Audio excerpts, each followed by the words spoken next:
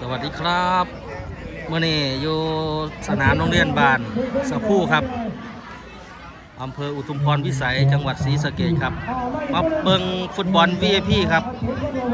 ร่องสมไส้บ่ร่องสมไส้พบกับร่องหนูนาประทันนี่มาเบิ่งฟุตบอล VIP ครับ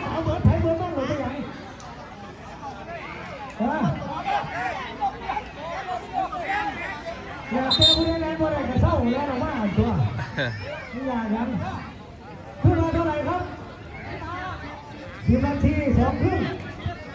10 นาที2 ครึ่งกระชับเวลาแล้วก็ต้องกราบขออภัยท่านผู้มีเกียรติที่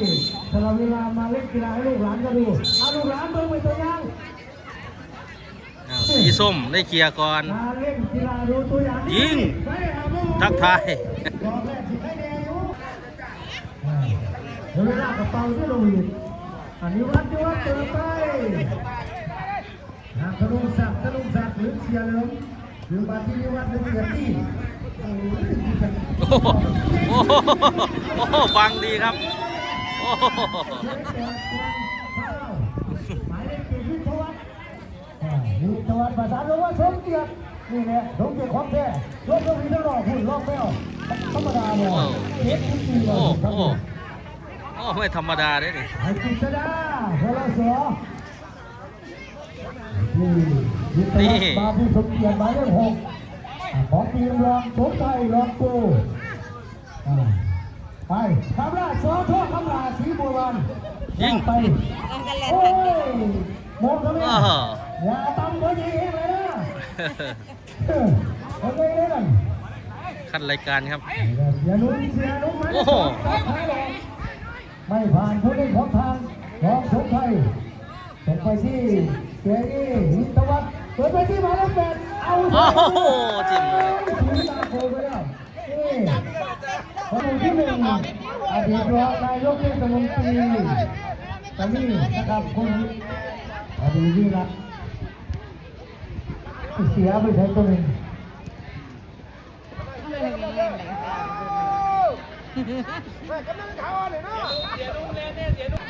ผมมาที่ไทยเลยไหมลูกจอเสียลุงน้องข้อว่ายังไงลากวันไปติดตรงไหนโอ้โหเข้าอย่างสวยงามครับสุดยอดจริงครับ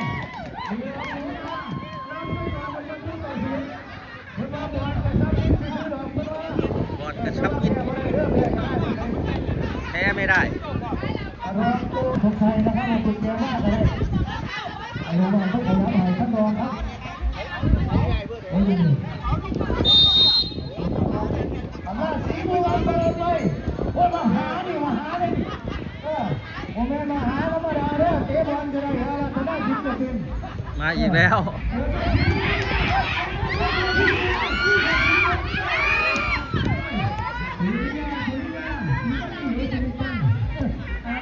ถือไปเพื่อนเลยไอ้เสียไฟหมายเลข3ไปทำให้เราไม่รอเลยเสียลูกไม่รอเลย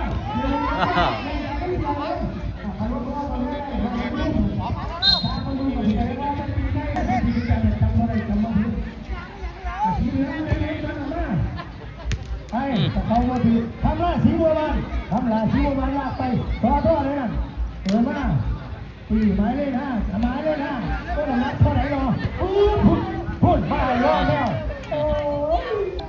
วัดมาทั้งทีตอนหลังไม่มีเวรมาจริงกันเลยจำนั่งกับถึงพ่อได้ด้วยกับบอลเรือได้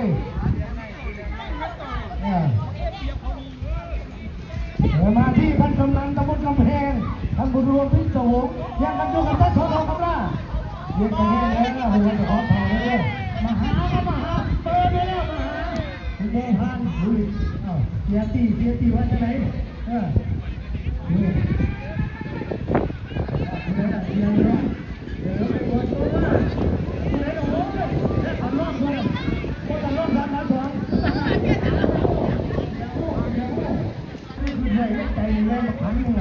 หามาดูไปทำหน้าสีบัววันนักกีฬาเก่านักกีฬาแก่เตือนว่าเสียยากโคตรตันว่าตั้งเป็นผู้ที่กับลุงนะครับเป็นลุงคำว่าสีบัววัน เออโอ้โหมาเดี๋ยวโม่เอาไปแล้วเสียเล่นไปแล้วเฮ้ยต้องเห็นผิดไอ้เนี่ยผิดเป็นตัวที่ยังไม่ได้เสียงานเลย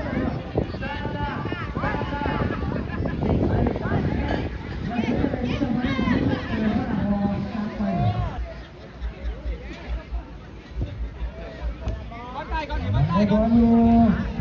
บอลลูกประสานเดี๋ยวที่มาหายเกียรติทวัฒน์ปุ๋ยมาสมเกียรติซ้ายมันไปอยู่โอ้โห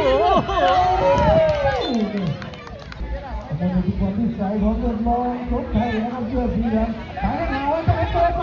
ไอ้ข้ามลาไว้เจ้าหน้าที่จะแย่งกันเองนี่แหละแย่งกันทางเจ้าของเนี่ยกลัวจะแก่หนาวจะท่วงกันท่วงกันทางเจ้าของ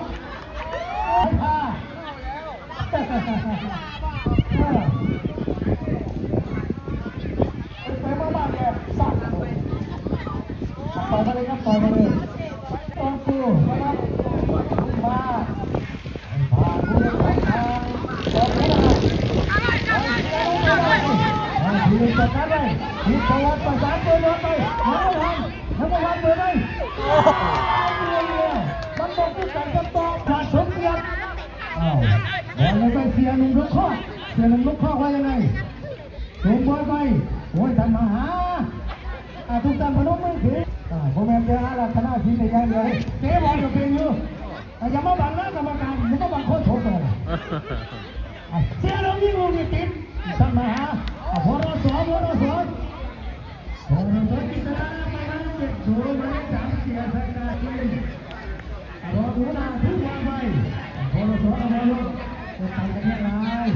ทำมาดีไงดูนี่โ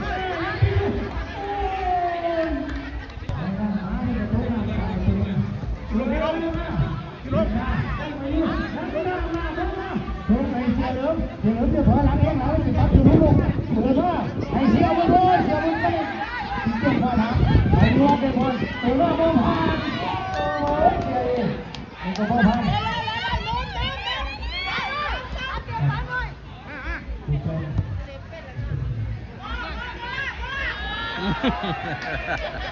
หมดเวลาครึ่งแรก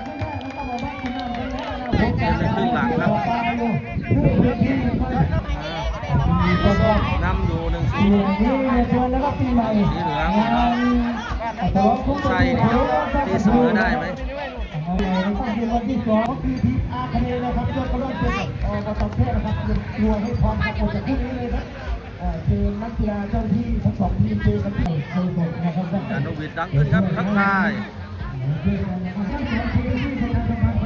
ก่อนหน้านี้นะครับมาเชื่อเด็กอายุกับท่านผู้ร้อยนะครับฝ่ายจัดนะครับเรียนเชิญแล้วก็เรียนเชิญเชื่อเด็กอายุเลยโอ้โห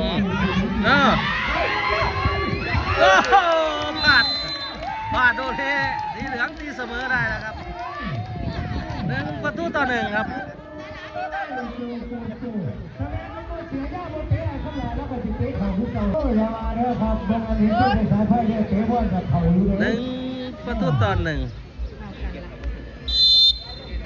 ปลาทำมาหาเปิดไปแล้วตอนนั้นจะเล่นนี่อะไรพี่โอ้ตลกนะครับเสียต้นขนมหวานเลยหลักซับไปซับมาจะลงเล่นกันเลยตรงหน้าหมายเลยทิ้งเสียต้นโอ้ยตาแล้วปีนั้นดีเลยส่งให้ซาก้าลากมาไปโอ้โหจะยิงอีกแล้ว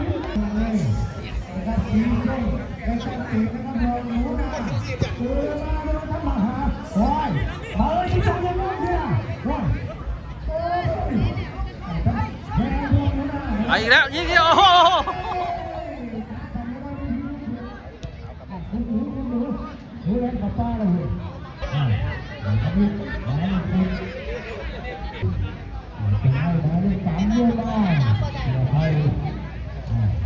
โหผู้รักษาประตูก็จะพูดถึงลูกไพ่มาวันเสาร์เลยมาสิบอกโอ้ยยิ่งกันไอ้พวกจะยิ่งใจนี่มันมาที่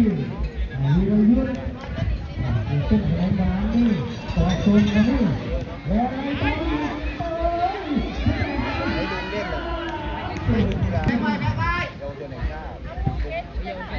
เป็นสามัญใช่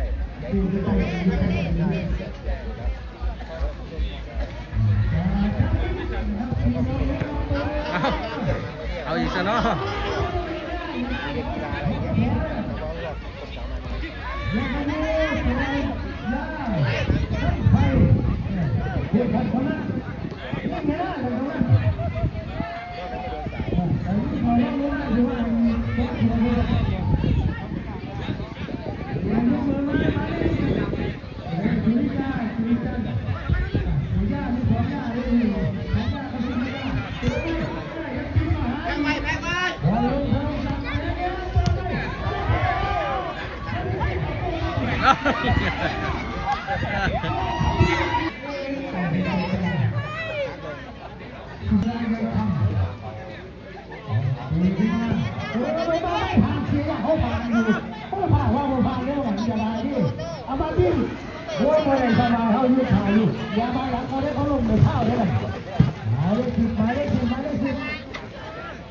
นั่นจอมนี้ได้เลยเปิดไป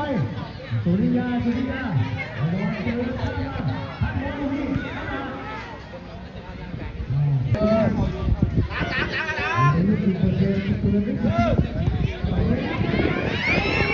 เข้าไปอีกแล้ว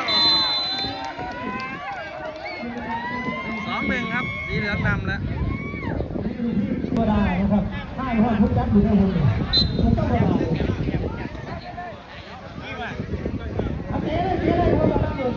อันยิ่งใหญ่พวกนี้รู้ว่าเบิร์ดเราพี่เบิร์ดเท่านั้นเองว่าบอกว่าอย่าหาวแต่ต้องมีจะหาวได้ตามมาเรื่อยๆแล้วก็มีทวัตมาอีกแล้ว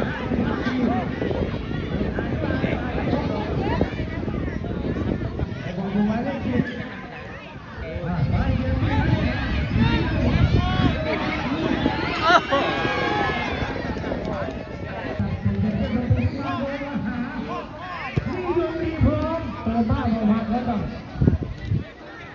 มัคคทายกแล้วก็ไปยาวัจกรวัดหนองเต่าคณะคุณการเดียวได้คุยกันอยู่ก็ได้อยู่แต่ว่าโดยทั้งจริงตัวผู้ชายคนนี้